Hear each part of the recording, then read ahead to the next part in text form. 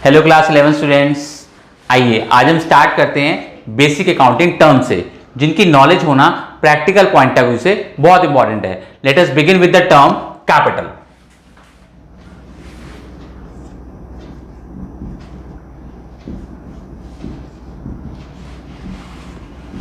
देखिए, कैपिटल को जब भी डिफाइन करना होता है, पहले मैं इसको डिफाइन कर देता हूं, फिर हम अंडरस्टैंड करते हैं easily.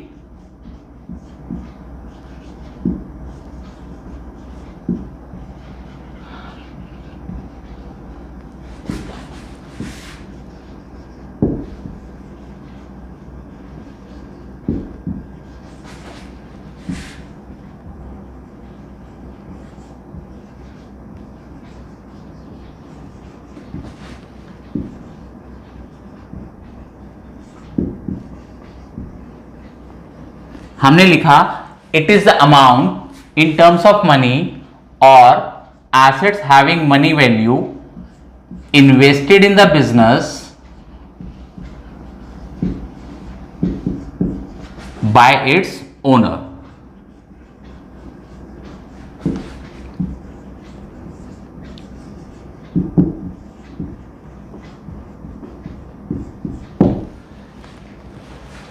It is the amount in terms of money or assets having money value invested in the business by its owner।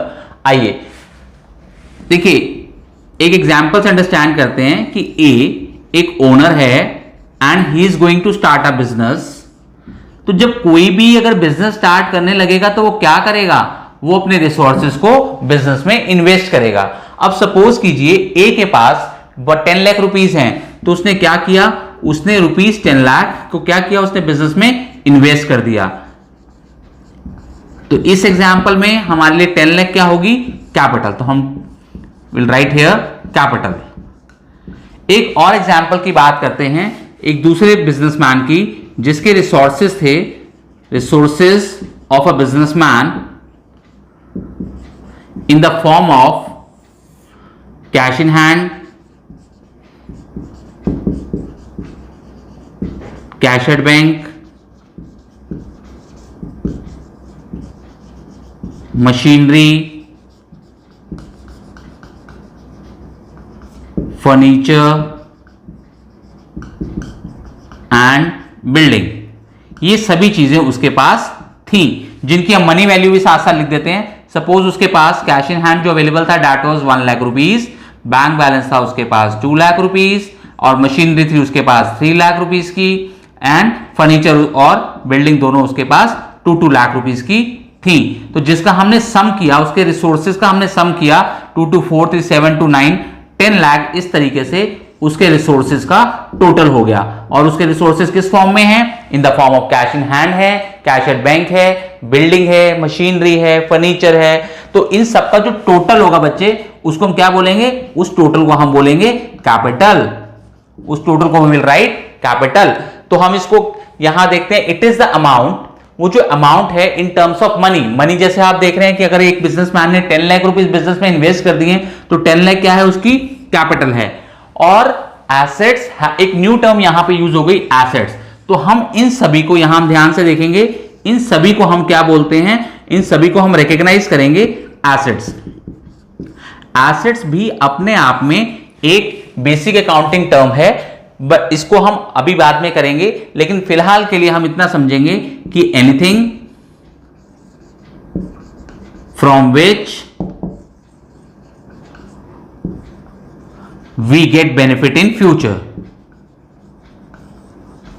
कोई भी ऐसी चीज जिससे हमें फ्यूचर में बेनिफिट मिलता है, उसको हम एसेट रिकॉग्नाइज करते हैं। अब आप कहेंगे हमें कैसे बेनिफिट मिलता है? बेनिफिट जो है वो in the form of cash भी हो सकता है, कि हम उसको कैश में कन्वर्ट कर सकते हैं, और वो जो बेनिफिट है वो सर्विसेज की फॉर्म में भी हो सकता है। सर्विसेज कैसे? जैसे आपने अपने स्कूल की फीस एडवांस में पे कर दी 3 मंथ्स की, तो आपको सर्विस मिलेगी, आप 3 मंथ्स तक स्कूल में सर्विसेज यूज कर सकते हैं। अगर आपने अपने घर का रेंट एडवांस में पे कर दिया, अपने बिजनेस की प्रेमिसेस का रेंट एडवांस में पे कर दिया, तो ऐसे में आपको सर्विसेज मिलेंगी, आपको कैश नहीं मिलेगा, but you will get the benefit from that. तो कोई भी ऐसी चीज जिससे हमें फ्यूचर में बेनिफिट मिलता है वो हमारी एसेट होती है।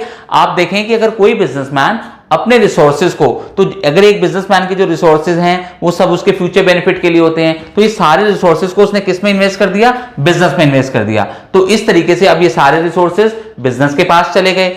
और हमने जैसे यहां कहा कि एसेट्स हैविंग मनी वैल्यू, तो ये सभी एसेट्स हैं, ये सभी फ्यूचर बेनिफिट की चीजें हैं, लेकिन अगर हम इनको सेग्रीगेट करें तो ये मनी है। तो इन एसेट्स को हम क्या बोलेंगे? ये तो एसेट्स हैं तो सभी एसेट्स, लेकिन हम बोलेंगे कि ये जो एसेट्स हैं वो मनी है, और नीचे वाले 3 एसेट्स को हम क्या बोलेंगे? इनकी मनी वैल्यू है। तो आप समझते हैं कि मनी होना और मनी वैल्यू होना दोनों चीजों में डिफरेंस तो है। तो ये चीजें हैं जिनकी मनी वैल्यू है, तो इन सबको क्या कहा गया है? एसेट सभी को कहा गया है, लेकिन ऊपर वाले तो मनी ही है, ठीक है, लेकिन नीचे वालों को मनी में कन्वर्ट किया जा सकता है, उनसे बेनिफिट उठाया जा सकता है। जब हम मनी में कन्वर्ट कर देंगे तो नेचुरली ये भी हमारे फ्यूचर बेनिफिट के लिए होंगे। इसके साथ साथ हम एक और चीज ऐड करते हैं, हम बोलते हैं कि capital is a liability of the business towards the owner।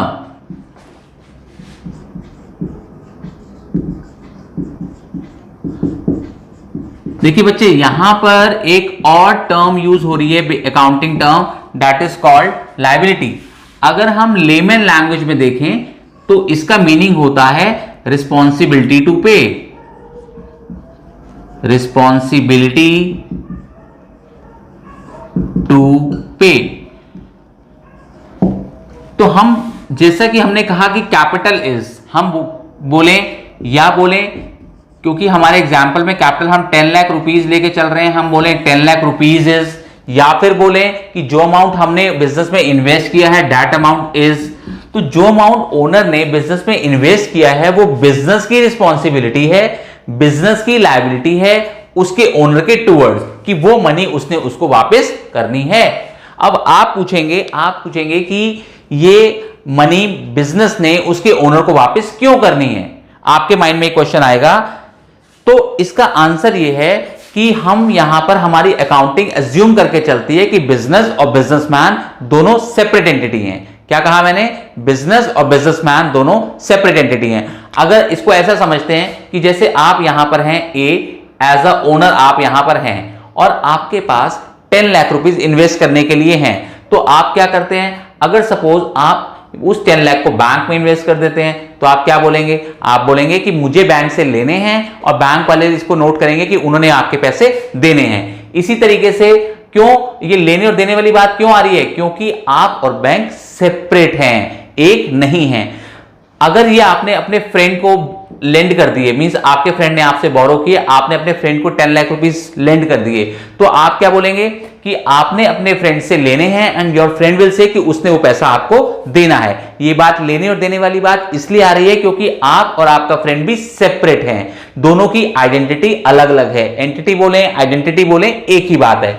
इसी तरीके से अगर हमने बिजनेस में मनी इन्वेस्ट कर दी है तो हम बोलेंगे कि हमने बिजनेस से लेने हैं और बिजनेस कहेगा कि उसने हमारे पैसे देने हैं। ये हमारी अकाउंटिंग, क्योंकि ये लेने और देने वाली बात इन दोनों एग्जांपल में आपने देखा कि लेने और देने वाली बात इसलिए आती है क्योंकि हम दोनों सेपरेट हैं, और हमारी अकाउंटिंग हमसे एज्यूम कराती है, क्योंकि हमारी अकाउंटिंग की कुछ बेसिक एजम्पशंस होती हैं, उनमें से एक एजम्पशन यहां पर यूज हो रही है, दैट इज कॉल्ड, उस एजम्पशन का नेम जो यूज हो रहा है वो है separate entity assumption.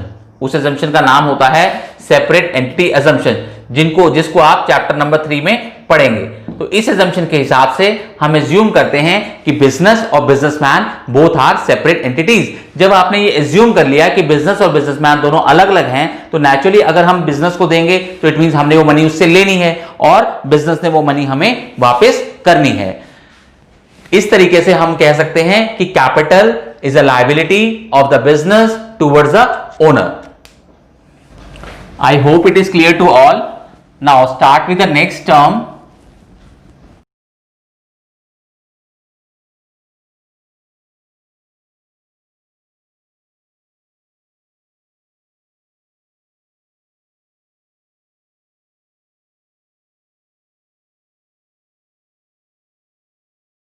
Now next term would be liabilities.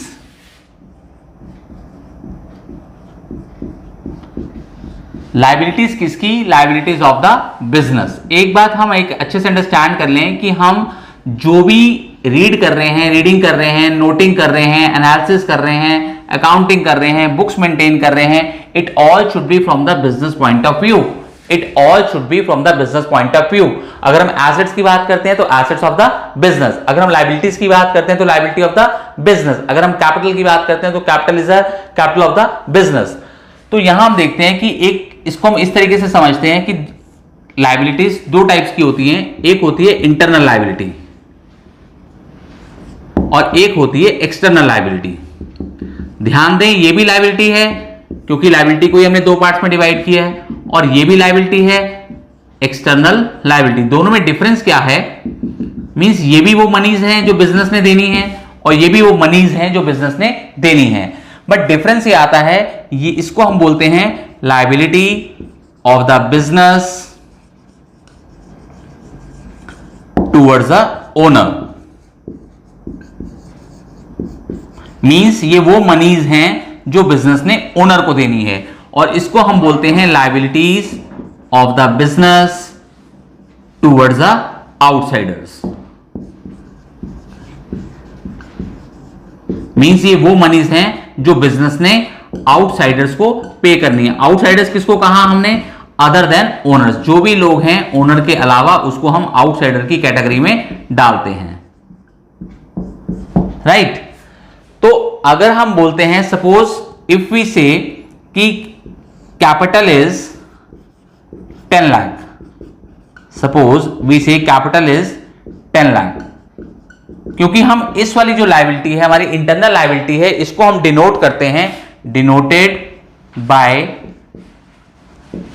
Capital. और जो हमारी ये वाली लायबिलिटी है जिसको हमने कहा टूवर्ड्स द आउटसाइडर जो है, इस लायबिलिटी को हम डिनोट करते हैं, यहां मैं मेंशन कर देता हूं, denoted by liabilities, denoted by liabilities.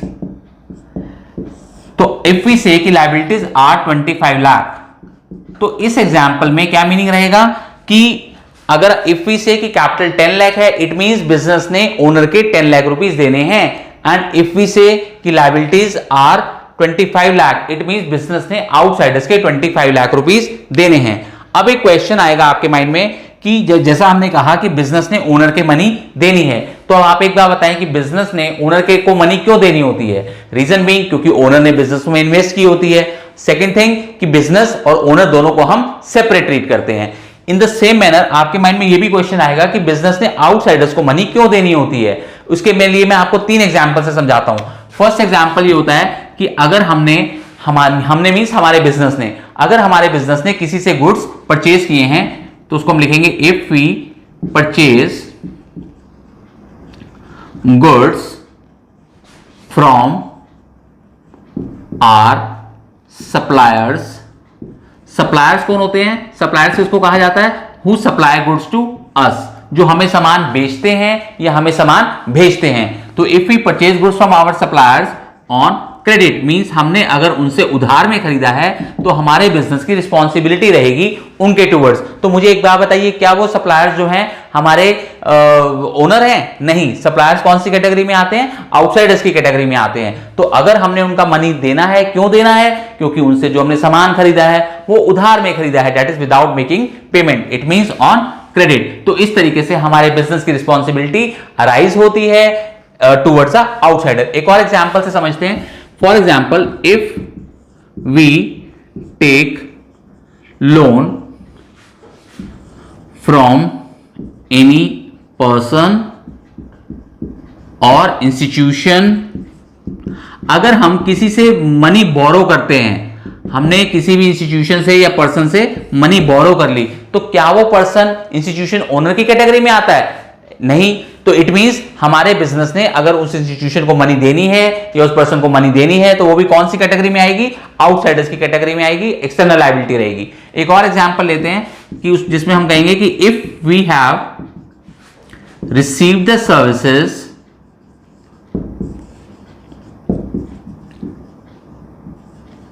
From the service providers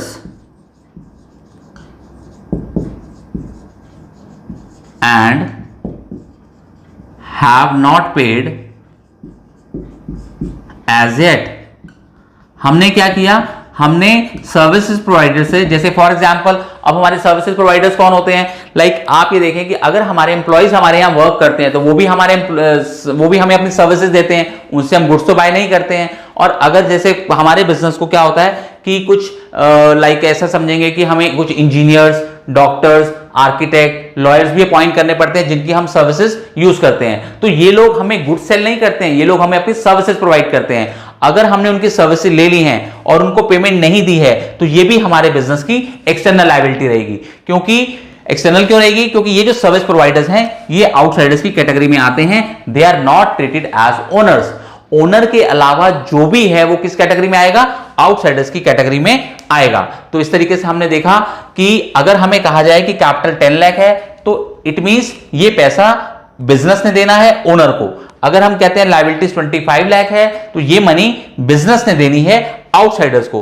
तो इट डजंट मीन कि ये एक लायबिलिटी नहीं है। ध्यान दीजिए एक बात मेरी बहुत अच्छे से, हमने कहा कैपिटल 10 लाख है, लायबिलिटीज 25 लाख है, इट डजंट मीन कि ये लायबिलिटी नहीं है, ये भी लायबिलिटी ऑफ द बिजनेस है, ये भी लायबिलिटी ऑफ द बिजनेस है। डिफरेंस क्या है दोनों में, ये टुवर्ड्स द ओनर है, ये टुवर्ड्स द आउटसाइडर है। तो इससे आप ये देखें कि जब भी आपको लायबिलिटीज को डिफाइन करने के लिए कहा जाएगा तो आपको क्या कहना है, आपको कहना है these are the amounts which the business owes to the outsiders। क्या मीनिंग हुआ इसका, इसका मीनिंग हुआ कि ये वो अमाउंट है जो बिजनेस ने आउटसाइडर्स को देने हैं, उनको हम लायबिलिटी बोलेंगे। तो आपको जब भी लायबिलिटी को डिफाइन करने के लिए आएगा तो आपने इस तरीके से डिफाइन नहीं करना कि ये टुवर्ड्स ओनर है, ये टुवर्ड्स आउटसाइडर है, ये इंटरनल है, ये एक्सटर्नल है, ऐसा आपने डिफाइन नहीं करना। जब भी आपको लायबिलिटीज को डिफाइन करने के लिए आएगा तो आपने ये वाली चीज बतानी है ओनली, ठीक है। तो उसमें आप क्या बोलेंगे, these are the amounts which the business owes to the outsiders. तो आप इसको एक बार रिवाइज कीजिए, फिर हम आगे कंटिन्यू करते हैं। आई होप आपको दोनों टर्म्स अच्छे से समझ आ गई होंगी। आप इनको रिवाइज कीजिएगा, रेस्ट ऑफ द टर्म्स हम नेक्स्ट लेक्चर के अंदर कंटिन्यू करेंगे। Bye bye.